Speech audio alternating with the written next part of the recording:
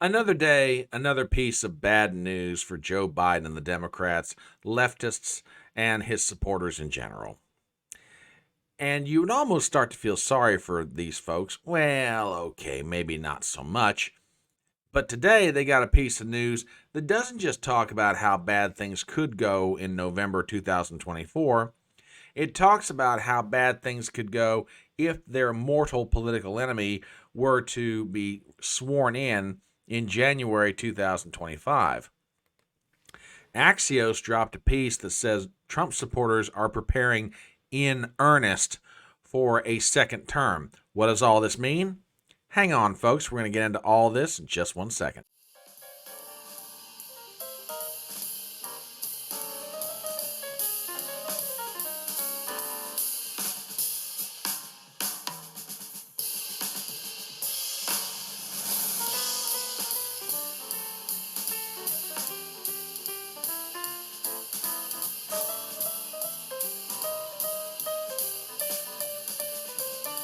My name is Brian Trippett. I am your front porch conservative. Step on up to my electronic front porch and let's talk.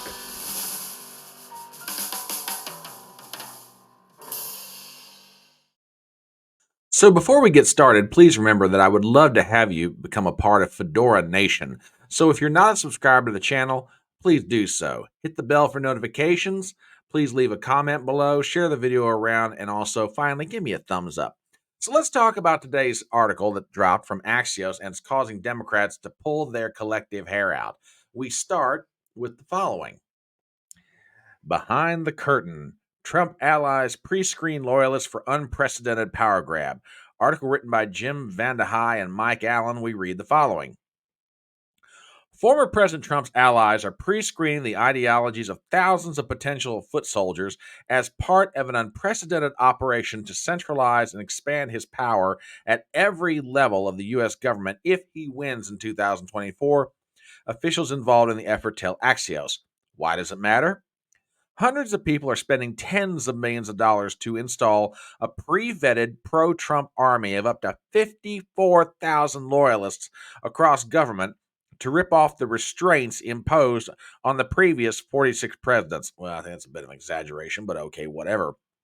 The screening for ready to serve loyalists has already begun, driven in part by an artificial intelligence from tech giant Oracle contracted for the project. Social media histories are already being plumbed. What's happening?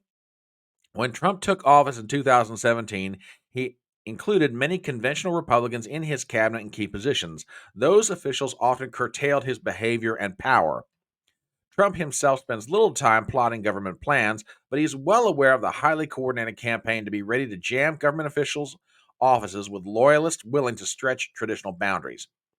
If Trump were to win, thousands of Trump first loyalists would be ready for legal, judicial, defense, regulatory, and domestic policy jobs.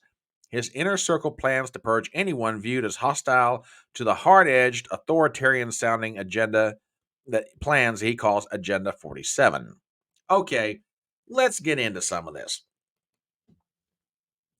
As you might imagine, I've got some opinions about this article, and the fine fella in the fedora is prepared to share. First of all, it's quite obvious that Mr. Allen and Mr. Vandehei, who are the authors of this piece for Axios, are slanting their opinion into what is otherwise a piece of news. Now, a few thoughts. Number one, it is not unusual for any presidential campaign to start preparing the transition to take power. This is not an uncommon occurrence, but normally it doesn't happen until around, say, July or August of the election year in which the contest is going on. This, however, is starting well outside that normal boundary. Number two, if you stop and think back to Trump's first term, a lot of the problems that he had were personnel related. In part, being perfectly honest, he picked some very bad people for very key positions.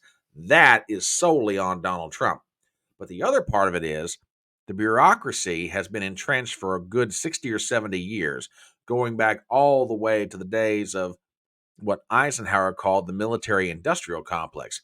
Commonly these days, we call it the deep state. It's managed to get its tentacles into everything: Department of Justice, Department of Defense, FBI, etc. Trump is frustrated and was frustrated then by what he perceived to be, and I think understandably so, a lot of backstabbing on the part of an executive branch that was supposed to be working for the executive, not the other way around. If Trump comes back into power, that is one thing he's wanting to correct. And supporters are going quite a long way around to make sure that that happens. In other words, the moment he takes his hand off the Bible from swearing the oath on January 20th, 2025, he and his supporters want to go straight to work.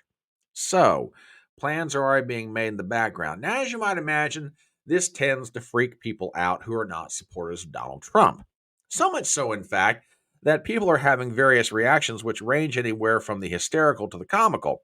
I take you to an article from the New York Times, and this deals with the question of immigration. Sweeping raids, giant camps, and mass deportations inside Trump's 2025 immigration plans.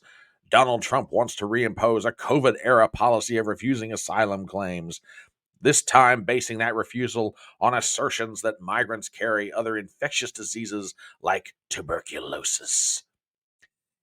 If he regains power, Donald Trump wants to not only revive some of the immigration policies criticized as draconian during his presidency, but expand and toughen them. Article written by Charlie Savage, Maggie Haberman, and Jonathan Swan. Former President Donald J. Trump is planning an extreme expansion of his first term crackdown on immigration if he returns to power in 2025, including preparing to round up undocumented people already in the United States on a vast scale and detain them in sprawling camps while they wait to be expelled. The plans would sharply restrict both legal and illegal immigration in a multitude of ways. See what I mean by people are already starting to freak out? But if you think the New York Times is bad, wait till you check this out. This is from Inside with Jen Psaki, who, by the way, we here on the front porch refer to Jen Psaki as Peppermint Patty. So Peppermint Patty had her show over the week on MSNBC, and you have got to hear this clip because, man, you want to have your mind blown. Check this out. And yet, the hand-wringing and cocktail party speculation about an alternative to Joe Biden is continuing, will continue. Guess what? Joe Biden isn't perfect. No candidate is, by the way. But we have to understand what the alternative is here. If elected to a second term, Donald Trump would prosecute anyone he deems an enemy, unleash troops on protesters, and essentially unravel the rule of law as we know it. Okay, I'm going to stop you right there, young lady. You're not going to let that kind of comment slide by me and me not say something about it. That is a load of hooey. And frankly, if you stop and think about it, ladies and gentlemen, how many different examples can I or you or any of us give of things that have been done to people over the past 3.5 years at the hands of the Biden administration that sound very much like what she is describing? I think there's a term for that. It's called confession through projection, where you are basically confessing what you do by projecting it onto someone else.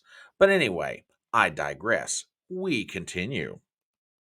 And this time, he plans to line his administration with people who will actually help him do it. Wow, imagine having people working for you who actually do what you tell them to do. Shocking, shocking, I say. But sure, Joe Biden is 3 years older and occasionally trips over things. Look, there's a lot to be concerned about right now when it comes to a second Trump term. The speeches are getting much more disturbing and much more unhinged, and we should all hear it that way. Oh, what you mean is we should all hear it the way you want us to think about it, because you don't want us to really consider that there might be an alternative that grants more freedom to the American citizen and thereby lets them enjoy fear from their own government. Call me crazy, but I could live with that alternative. But anyway, the hits just keep on coming as far as the hystericalness with which the left and Democrats are going all gaga over this news about Trump actually wanting to get people working for him who actually do what he wants done. Amazing. Take a listen to this. This is from thehill.com. And Jamie Raskin says second Trump term would look a lot like Vladimir Putin in Russia. Article written by Olasmian Oshin. We read the following. Representative Jamie Raskin, Democrat, Maryland, on Sunday compared a hypothetical second Trump White House term to that of Vladimir Putin's Russia and other authoritarian leaders in response to Trump's veiled threats that he would go after his political opponents if reelected. Quote, well, the role of the government, in his view, is to advance his political fortunes and to destroy his political enemies. So, what would a second term look like? It would look a lot like Vladimir Putin in Russia. It would look a lot like Viktor Orban in Hungary. Illiberal democracy, meaning democracy without rights or liberties or respect for the due process, the system, the rule of law, Raskin said on MSNBC's Inside with Jen Psaki. I want to read part of that again. Illiberal democracy, meaning democracy without rights or liberties or respect for the due process, the system, the rule of law. Representative Raskin, I could make a really good argument that's what we've had ever since January 20th of 2021. Matter of fact, that's exactly what we've had. Go talk to the J6 prisoners that are currently in jails in Washington, D.C. Was their due process allowed? Was their respect for the rule of law granted? No. How many examples, and you could probably list a laundry list of them going as long as my arm, of people across this country who in one form or another have had the federal government turned against them for doing nothing wrong other than questioning the actions of the current government in power. So no, I don't think we're headed for something that looks like Vladimir Putin's Russia. Thank you very much. But I got to play you one more clip, and this one you're going to love. This is from Morning Joe on MSNBC. Joe Scarborough was interviewing Brian Closs, who's an associate professor at University College of London. Take a listen to this, because this is going to blow your mind. Like if it sounds like Nazism, if it walks like Nazism, if he makes threats the way he's making threats, I'm not exactly sure what you call it if you don't call it fascism. Well, I think you can try to claim that there was a coincidence the first time this happened, but this has been going on for 7 years. I mean, I think this is something where it's quite clear that he's lifting not just rhetoric, but actual plans from the authoritarian playbook. I mean, every week we get a new story about how they're gearing up to sort of politicize the Department of Justice and go after their perceived enemies, the rhetoric of the echoes of history. I mean, I study the breakdown of democracy, and I don't know how to say this more clearly. We are sleepwalking towards authoritarianism. Oh my God. Amazing. Simply because we want people in the government who actually work for the government, or more particularly, when an individual is elected as the executive of the government of the United States, that individual wants people working for him or her that will actually carry out their wishes, as opposed to the deep state, which carries out the wishes only of the deep state, regardless of who is in office, Democrat or Republican. If Trump gets his plans implemented as is being proposed or being planned right now by those behind the scenes, this is going to serve the American people in the long run. Everybody knows and everybody acknowledges that the federal government is bloated at so many different levels. It is unresponsive. It is, in some ways, anti-democratic. The deep state needs to be undeepened as quickly as possible, if for nothing else, for the preservation of individual liberty that citizens have enjoyed in this country for so long. I am in the hope that if Trump does get back in, it's not just a plan that sits on a shelf, but it's actually something that's put into action. But anyway, that's what I happen to think about it. Tell me what you think. Like I said, if you're not a subscriber to the channel, please do so. Leave a comment below, hit the bell for notifications, and give me a thumbs up and share the video around. My name is Brian Trippett. I am your front porch conservative, and I'll see you next time.